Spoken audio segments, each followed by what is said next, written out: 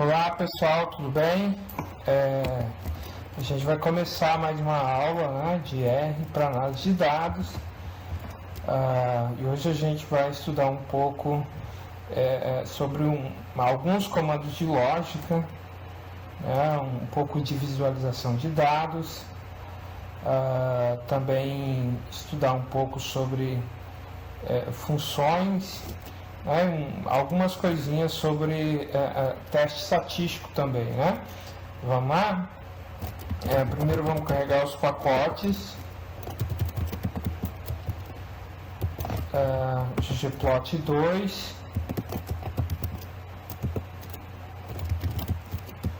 readxl,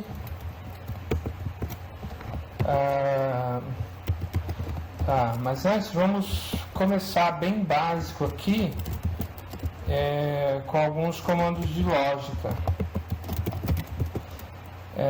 Vamos criar um vetor x com 4 elementos, né? Número 1, 2, 10 e 14. Um vetor y igual 0, 2, 12 e 14 também. Então temos dois vetores aqui, né? Um x e um y. Então alguns comandos de lógica, né? Por exemplo, será que o x é maior do que o y? O retorno aqui do R, né? Olha, o primeiro número, sim, né? Então, 1 é maior que 2, verdade. 2 é maior que 2, falso. 10 é maior que 2, falso. 14 é maior que 14, falso. Então, vamos lá. Outro, x é maior ou igual que y, maior ou igual, veja aqui, 1 é maior que 0, sim. 2 é maior ou igual que 2, sim. 10 é maior ou igual que 12, falso. 14 é maior que ou igual ao 14, verdade, né?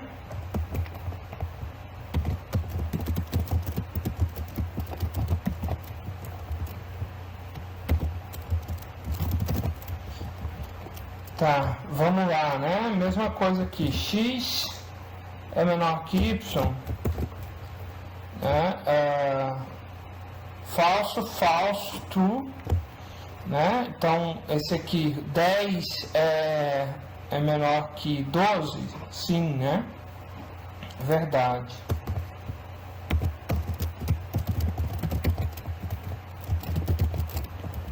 Tá. Outra comando aqui, né? Por exemplo,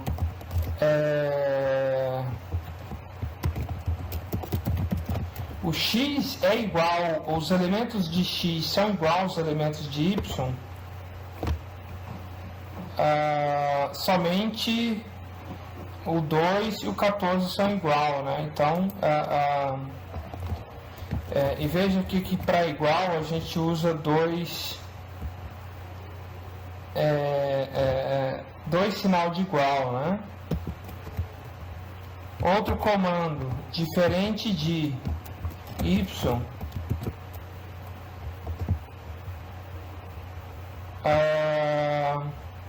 o primeiro aqui é diferente, né? Primeiro elemento. Então vamos ver, ó, 1 é diferente de 0? Sim. 2 é diferente de 2? Não. 10 é diferente de 12? Sim. 14 é diferente de 14? Não.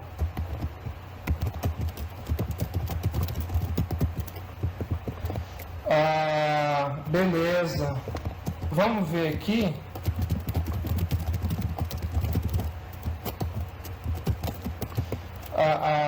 Algumas formas de selecionar alguns objetos. Por exemplo, x maior que 3, então voltando aqui, né, ao x, o que é maior que 3? Os dois últimos números, né, os dois primeiros são falsos.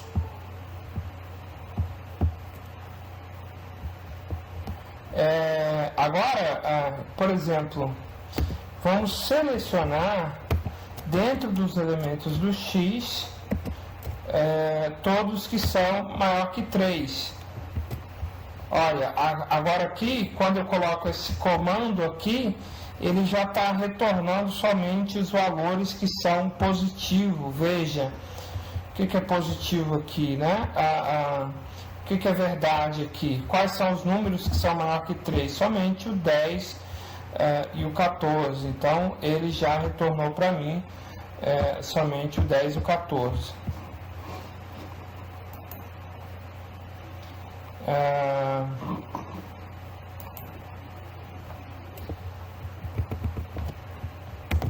Vamos aqui criar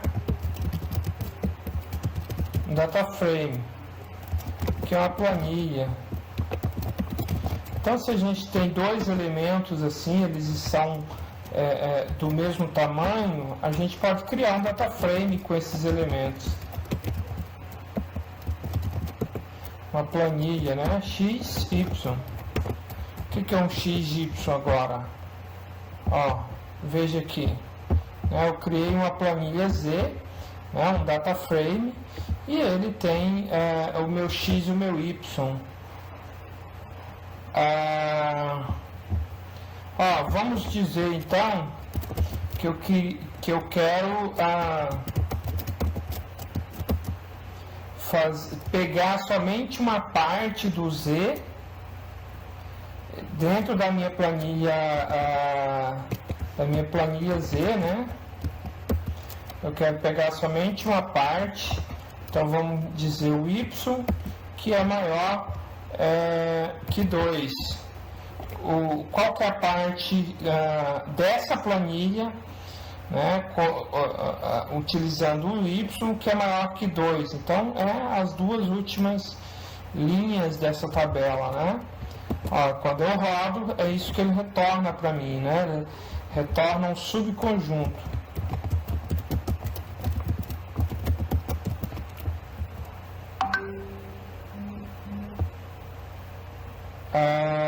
Beleza. Agora vamos ver um outro comando de lógica aqui que eu acho que é super interessante, que é o que? Vamos dizer que eu quero criar uma classe com base em uma dessas colunas aqui, né? Por exemplo, eu tenho a coluna Y, eu quero criar uma subclasse dessa, uma outra coluna de vetor, mas transformando essa coluna numérica em classe. Eu posso utilizar, por exemplo, essa função if-else. Aí eu vou falar, olha, se o y for maior que 2, então você diz que é um valor grande. Se não, não for maior que 2, então é pequeno. Olha, veja que interessante. Eu criei uma outra coluna aqui de texto baseado nessa classificação que eu nesse comando de lógica aqui, né? Então eu falei, olha, se o y é menor que 2, então é pequeno. Se ele é maior, se não, né? Se ele não é menor que 2, então ele é grande. Veja uma outra coisa interessante aqui também, que isso funcionaria para números. Por exemplo, se o meu y aqui, ou meu x, fosse densidade de indivíduos por espécie, por exemplo, eu poderia transformar em presença e ausência, né? Então, vamos dizer, se o x for maior que 2, você retorna 1, se não, 0. olha aqui a minha planilha embaixo, então eu criei uma nova planilha, uma nova coluna dentro da minha planilha e coloquei esse comando, né? Se é maior que 2, retorna 1, se não é maior que 2, então retorna 0, né? Então isso é muito útil em diversas ocasiões.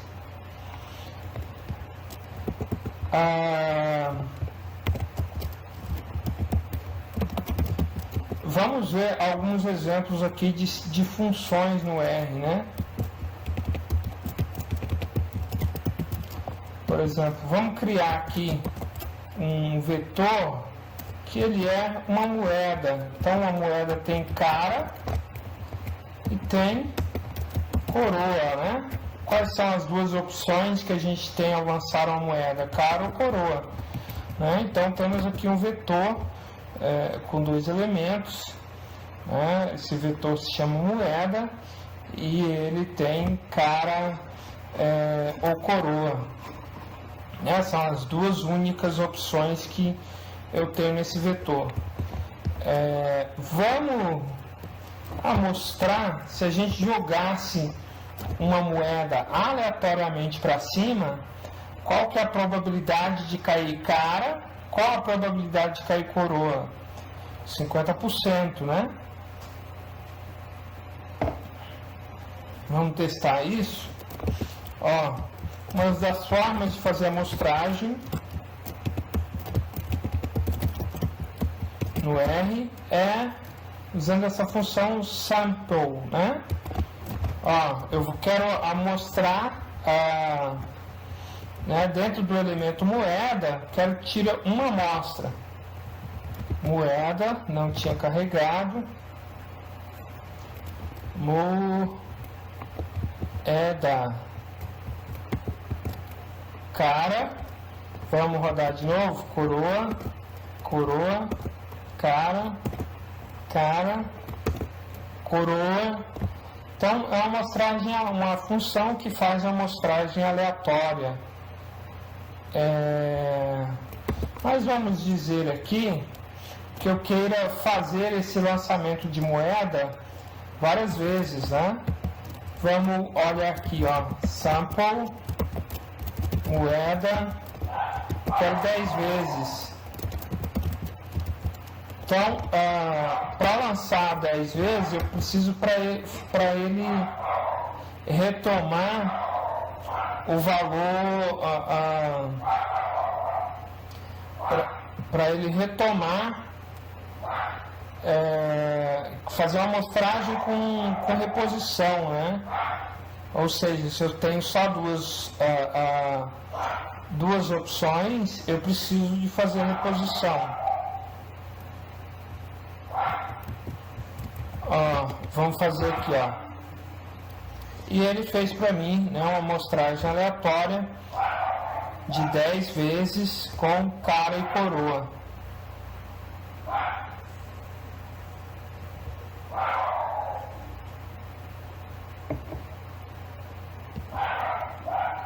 Tá.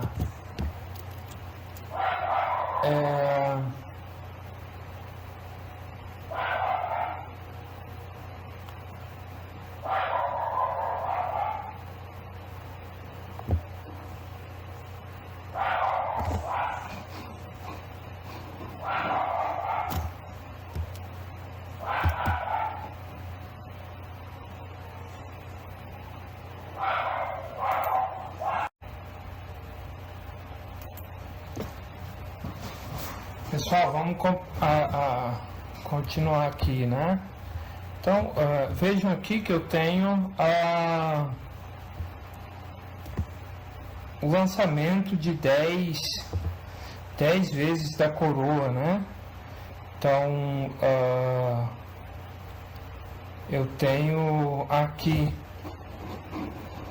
praticamente 2 caras e 8 coroas.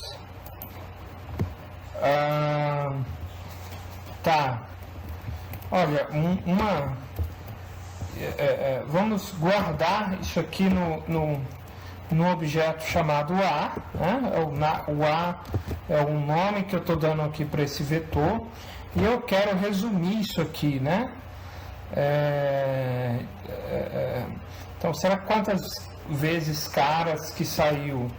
Eu posso usar a função table para ele resumir aqui para mim, né? Então, olha, caiu 6, agora caiu 6 coroa, 4 caras. Agora caiu 5, 5, 4, 6, 5, 5, 3, 7. Veja que interessante, né? Cada vez que eu faço um sorteio aleatório, né, eu jogo a minha moeda ali 10 vezes. Lembrando que eu estou fazendo isso com reposição, né? Uma amostragem com reposição. Então, eu tenho um número diferente de caras e coroas cada vez que eu faço esses lançamentos, né? E veja aqui que eu fiz 100 lançamentos, né?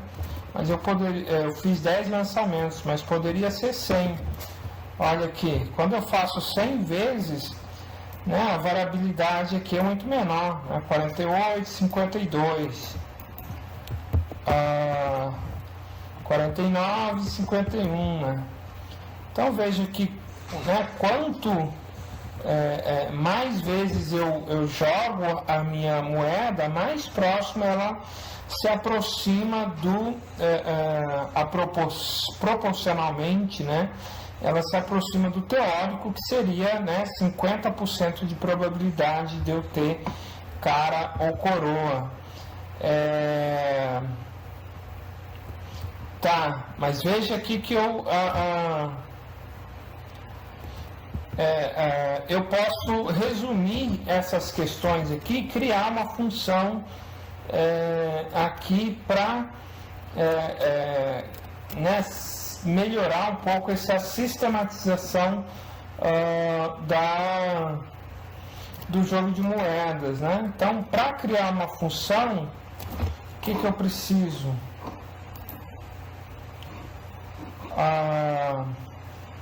Geralmente eu coloco né, uma function, eu especifico os meus argumentos, e daí eu tenho chaves, abro e fecho chaves onde eu tenho o corpo da função. A gente poderia criar uma função para facilitar isso que a gente fez acima, né? Jogar moeda. Eu vou criar uma função JM, né? Jogar moeda, X e N. Então eu abri aqui meus colchetes, né?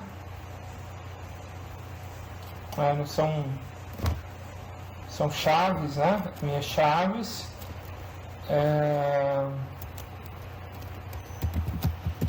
Vou colocar face, sample, aquela função de amostragem, x, n, replace,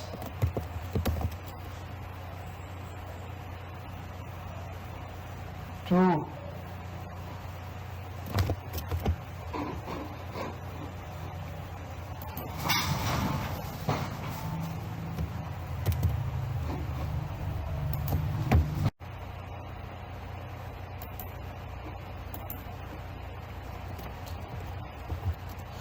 Beleza, agora vamos colocar aqui então, fazer o table da nossa função.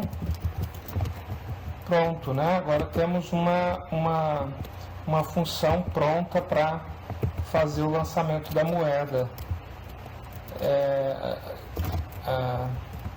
Então, como é que funciona essa função aqui, né? Essa função tem dois argumentos de entrada, o x e o n, né? E o x e o n está sendo utilizado dentro da função sample aqui, né? O x é o arquivo de entrada e n é o número de repetições que a gente vai fazer, né? Então, assim, a gente pode definir para a função o número de argumentos, né, e de parâmetros, né, de entrada, e também o que no corpo da função, o que essa função vai fazer, né? Então, claro que cada um dos parâmetros de entrada precisa ser utilizada para alguma coisa dentro do corpo da função.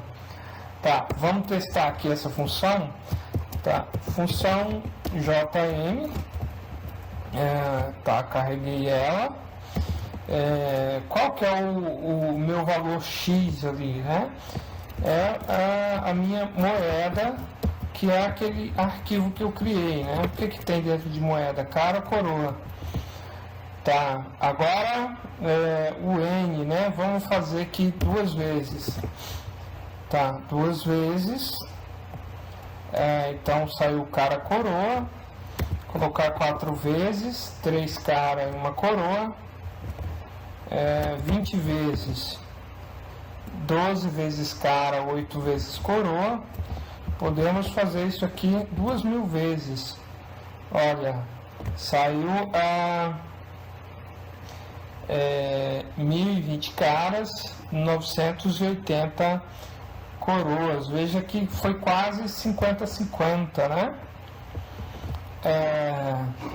Tá, então criamos aqui uma função, né, que faz um pouco um exemplo simples de função que pode fazer um monte de coisa.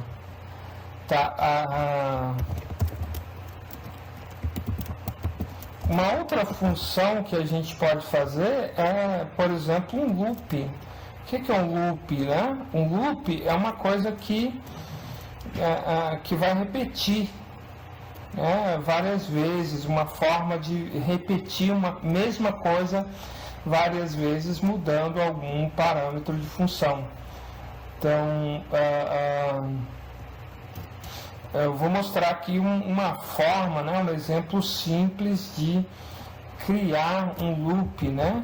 Então, primeiro vamos criar aqui um list vazio, um arquivo list vazio, e daí para o loop a gente usa essa função for, né? E eu vou usar a letra i. Então, for i em 1 até 1000, né? Ele vai repetir a mesma coisa 1000 vezes, né? Daí eu vou falar para ele criar para mim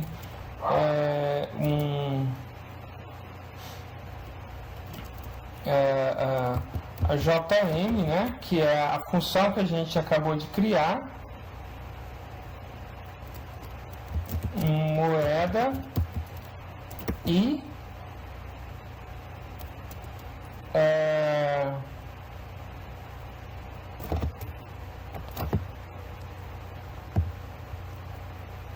tá, vamos ver aqui o que ele faz, né? Se ele dá algum retorno. Ele não deu retorno, mas ele criou aqui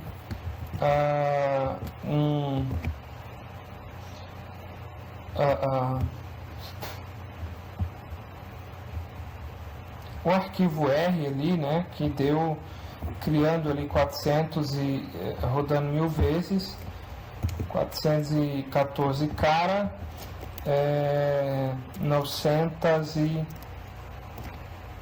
486 coroa. A gente pode pedir para ele mostrar o que ele está fazendo, né? Cada vez que ele roda, qual o número que ele está. Tá, ele está no 1000. Ó, esse cat aqui, né? Ele vai mostrar o izinho. Então, para cada vez que ele rodar, ele imprime ali embaixo o izinho, né? Então, quando o i for 1, por exemplo, eu posso fazer isso aqui, ó, i igual a 1. Então, se o i é igual a 1, Eu rodo aqui, ele vai voltar 1. Se eu rodo aqui, o meu R vai ter o resultado de uma coisa só, né? Beleza. Vamos, se o I for 10. Tá. I igual a 10, né? I igual a 10. Ele rodou a nossa função de jogar a moeda ali, né? O JM, e retornou 5,5. Vamos ver uma outra questão aqui, que é assim, só para ser bem didático, né? Eu posso substituir isso aqui, ó, pelo número 10. Então ele está falando, aqui eu estou falando, olha, imprime o número 10 ali embaixo, né? O I aqui também eu posso substituir por 10. Então ele vai fazer o sorteio da minha moeda 10 vezes, né? Que a gente já viu isso lá em cima, 6 e 4 vezes. Tá, mas veja aqui, o meu R aqui, se eu olho o formato dele, classe do R, ele está criando um table, né? Eu posso pedir para ele transformar isso aqui num data frame, que é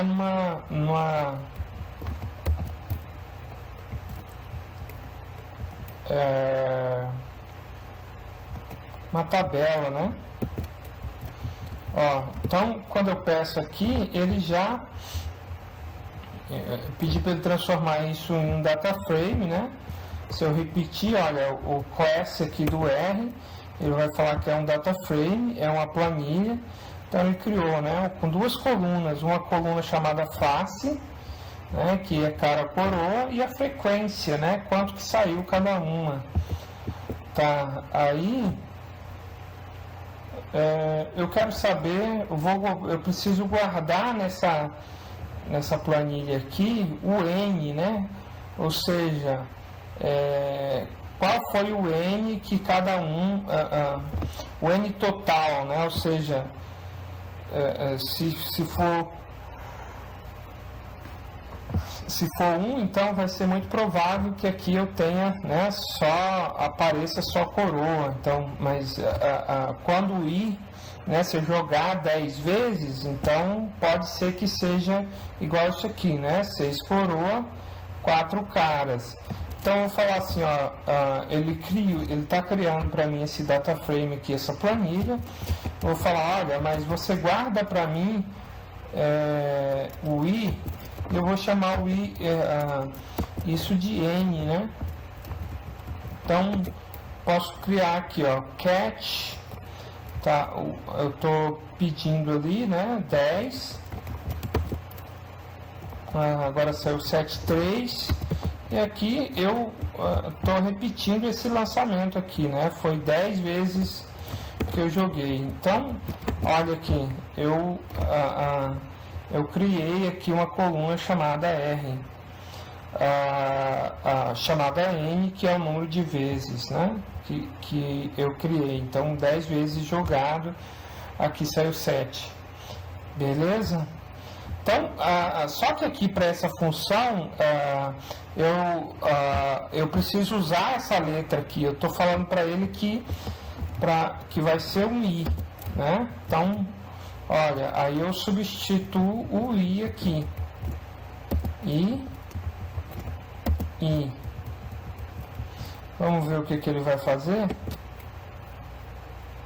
Olha, viu que agora ele rodou aqui, imprimiu embaixo tudo que eu estava fazendo. Vamos dar uma olhada no meu arquivo R. Então, ele rodou 1000 vezes, saiu 509 cara e 491 coroa. Só que aqui ele está rodando, né, 1000 vezes, mas ele não está guardando esses objetos porque eu não ainda não estou falando para ele guardar isso dentro aqui do meu list vazio, que chama RR. Posso pedir para ele guardar agora, toda vez que ele fizer isso, ele guardar o resultado. Ele não está guardando o resultado, então eu vou pedir para ele guardar ali dentro. Tá? E o que ele vai guardar lá? Então toda vez que ele rodar isso, ele vai guardar o R dentro do meu list. Então, deixa eu ver, um list vazio, ainda não existe, né? Deixa eu ver se o i tá, porque eu ainda não criei aquele objeto, mas eu posso especificar. Mas isso aqui já vai funcionar. Isso aqui funciona, ó.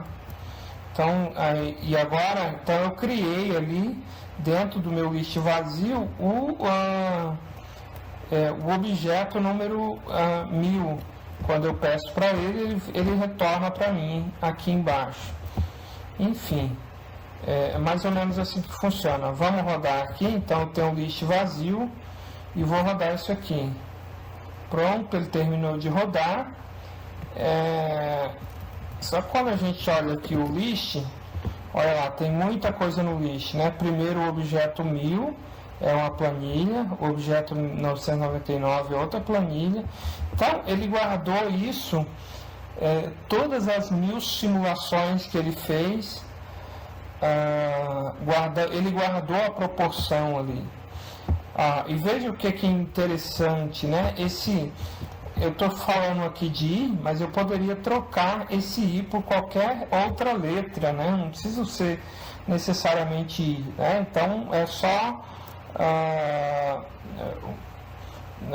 um apelido que eu estou dando aqui para esse valor, né? Vamos chamar isso aqui de z, né? Em vez de ser i, z.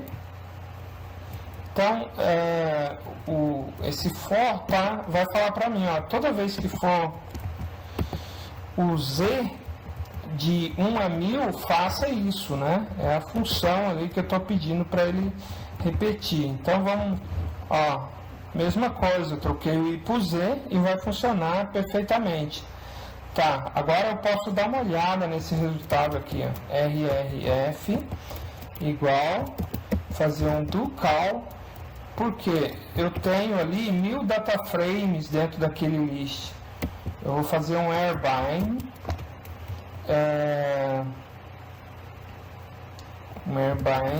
do RR. Beleza, eu fiz aqui. Posso fazer read RRF. Veja aqui.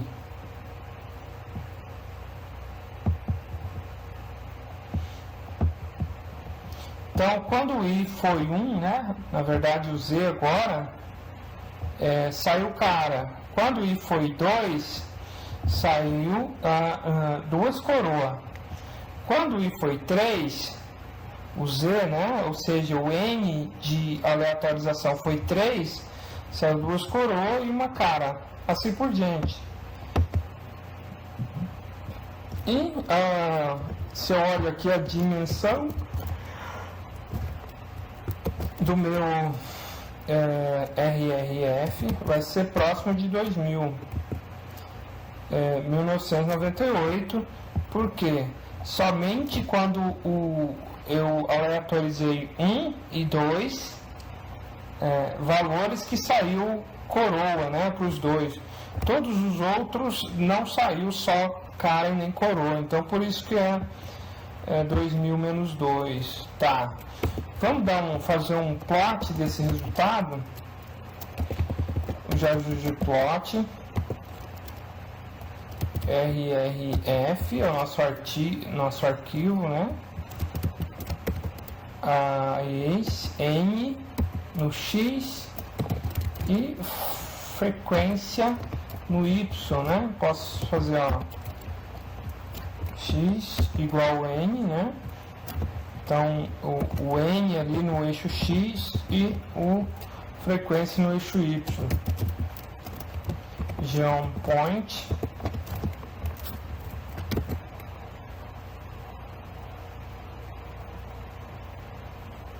Ó, tem uma relação ali, né? Que a frequência ali tem essa função.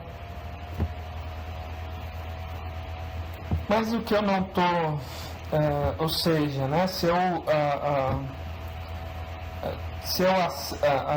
Quando eu adiciono aqui o N500, eu vou ter aproximadamente 250 aqui valores de um determinado de cara ou coroa. Mas eu quero olhar isso aqui em função da classe, né?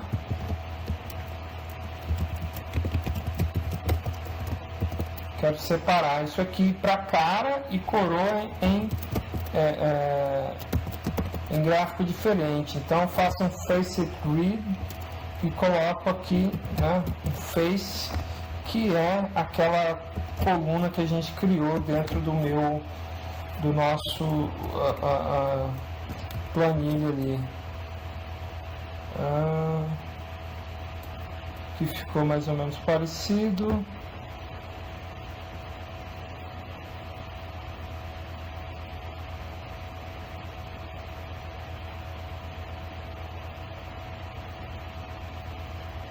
Separou cara, coroa.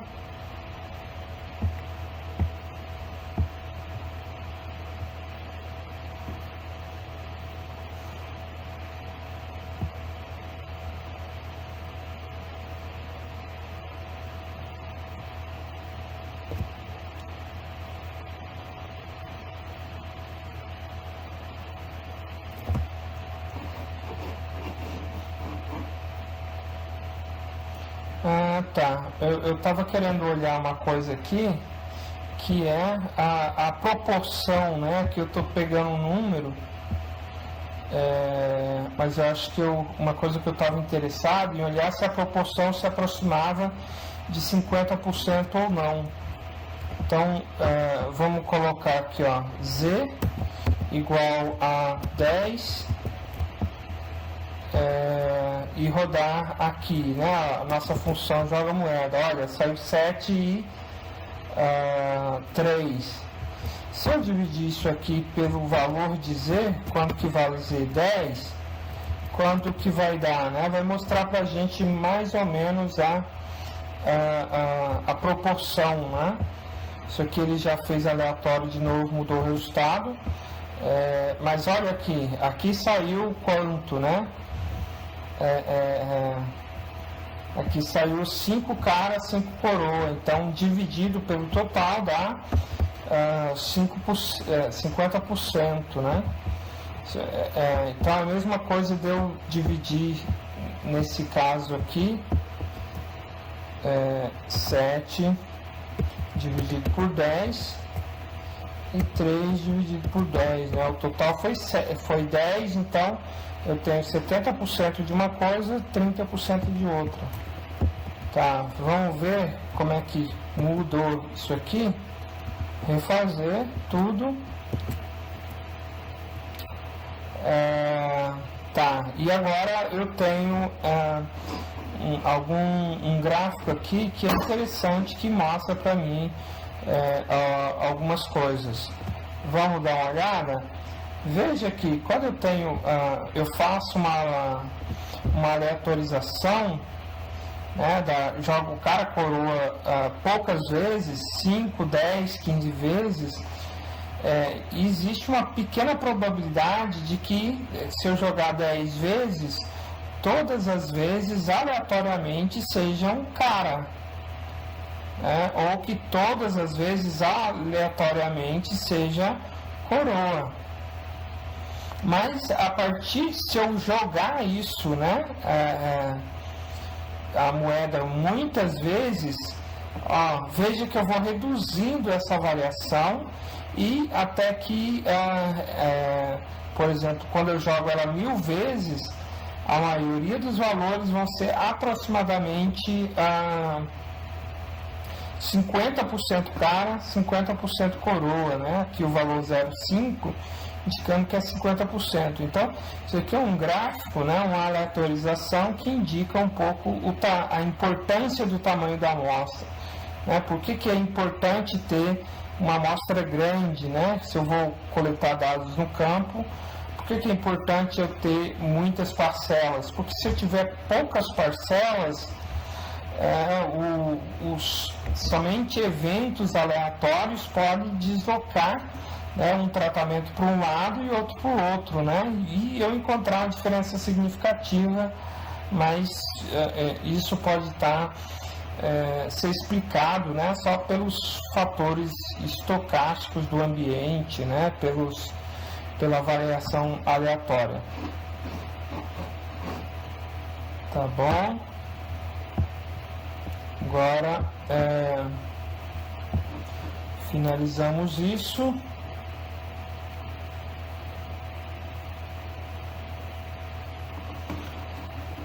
Vamos importar aqui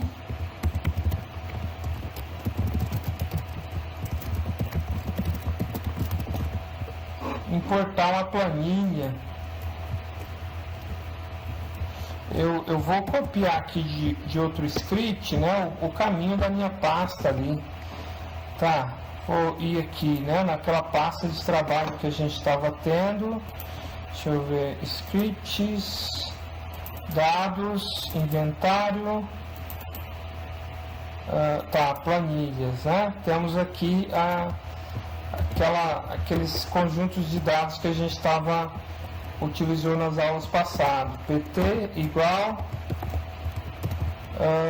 vou duplicar as minhas barras para esquerda,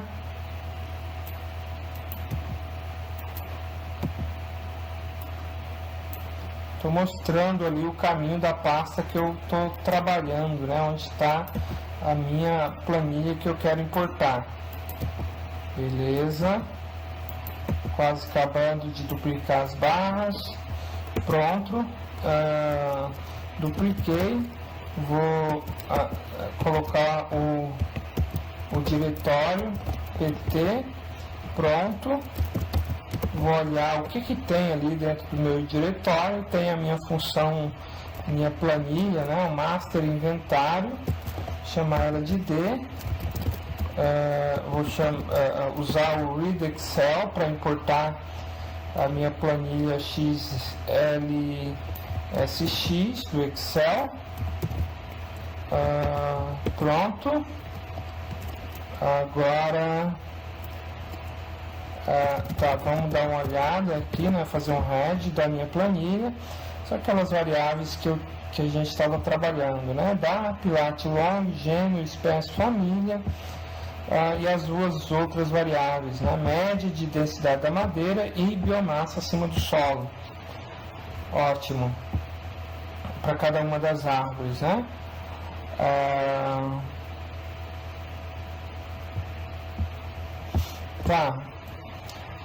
Uma das perguntas, né, que eu posso ter aqui é: será que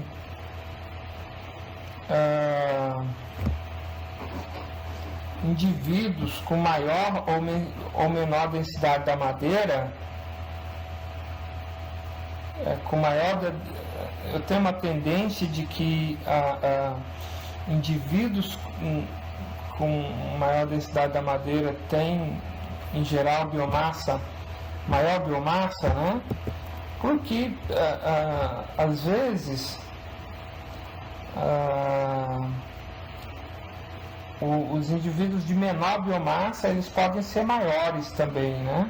Mas a gente espera que indivíduos de maior densidade da madeira, eles sejam mais um estrategista caro, né? Um competidor, e que eles, por isso, eles, né, têm essa capacidade de crescer mais, as espécies ter maiores diâmetros. Tá bom. Posso dar uma olhada aqui, no range. da minha densidade da madeira. Então varia entre 0,4 e 0,92. Então a metade ali essa densidade da madeira seria mais ou menos 0,58, né? Eu vou criar aqui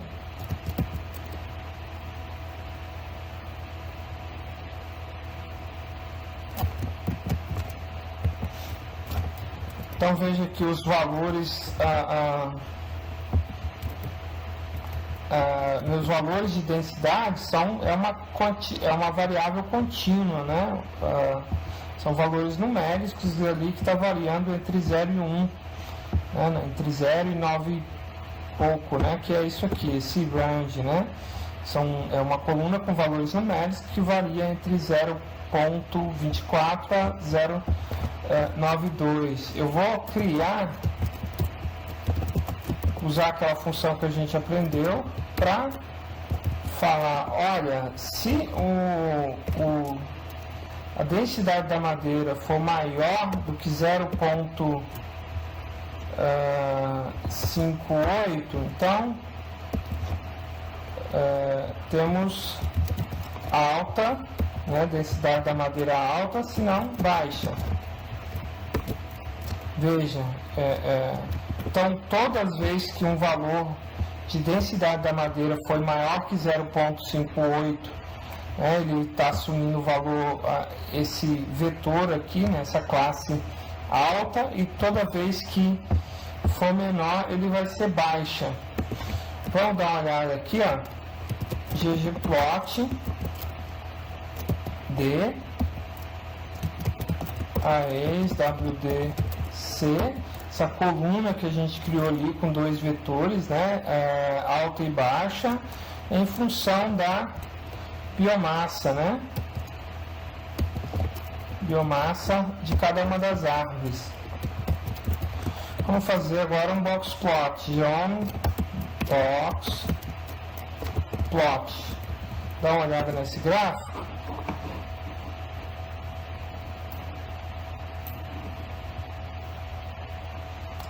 Parece que tem uma pequena tendência aqui, né? Tá um pouco achatado, mas parece ter valores muito maiores de biomassa para quando eu tenho uma densidade de madeira alta do que quando eu tenho uma densidade baixa. Será que é significante essa diferença aqui? Podemos fazer um teste T, um teste estatístico aqui, né? Temos dois grupos, duas variáveis, então podemos fazer um teste T para comparar. Quais são os dois grupos, né? Temos alto e baixo, então a gente vai comparar se os valores, né, entre essas duas classes são significativas. A média, né, dessas duas classes difere ou não. Teste AGB em função do WDC, o nosso dado ali é D, né, a nossa planilha D que a gente acabou de criar um pouco mais em cima. Vamos dar uma olhada? Olha, eu rodei aqui um teste T. O que esse teste T fala para mim, ó? Primeiro, né, ele é um teste T de Watt. Veja que o meu DF aqui, né, o meu grau de liberdade está quebrado. Isso quer dizer que ele comeu um pouquinho de grau de liberdade para corrigir um pequeno problema de heterogeneidade da variância, né? Então eu tinha uma variância heterogênea, mas né, no R automaticamente ele já faz a correção de Welt nesse teste T e permite então ter um resultado bastante robusto mesmo com essa heterogeneidade da variância, né? É uma questão que ele já olhou para mim, tá? Tem então, por exemplo, heterogeneidade da variância, né? Que é um dos pressupostos do teste, né? Eu já sei aqui que só olhando o resultado do teste T que tinha, né, uma heterogeneidade, mas que já foi corrigido, né? Tá, vamos olhar então alguns valores. Olha, o valor do teste T de 20, né, o grau de liberdade, o p-valor, que é bastante pequeno, né? Ou seja, né, elevado a 16, 16 zeros ali depois da vírgula. Tá, aqui um pouco a média, né,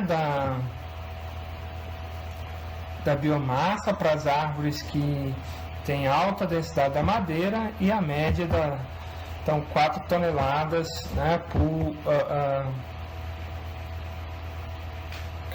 4 toneladas em média de biomassa essas árvores que tem menor densidade da madeira. Então o meu teste T fala para mim aqui que sim, né?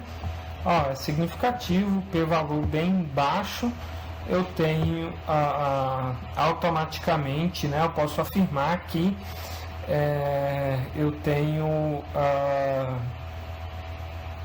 né, as árvores com maior biomassa com maior densidade da madeira também tem, né, uma biomassa significativamente maior. Será que isso é em relação... Será que para o DAP também é assim, né? Ou não? E parece que sim, né?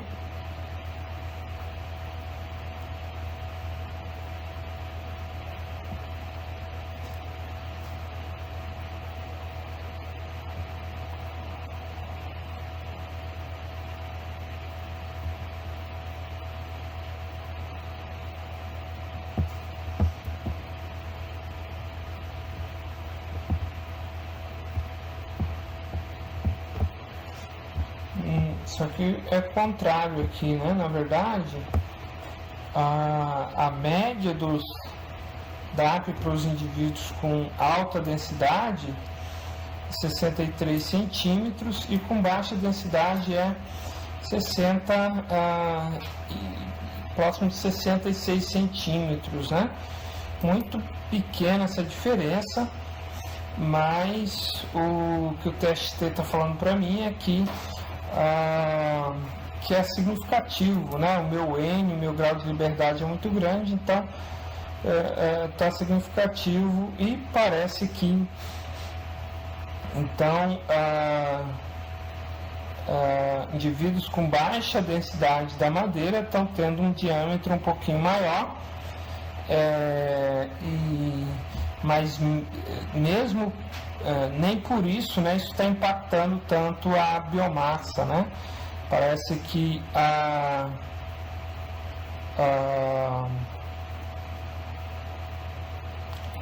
biomassa é bastante influenciada então pela densidade da madeira de cada uma dessas árvores. Beleza?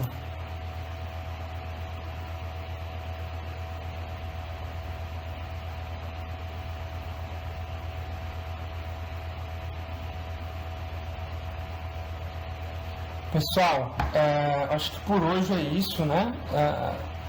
Eu vou finalizar esse vídeo aqui, essa aula, para não ficar muito extensa, e depois eu gravo uma outra aula com algumas outras coisas para a gente discutir na nossa próxima aula, tá bom?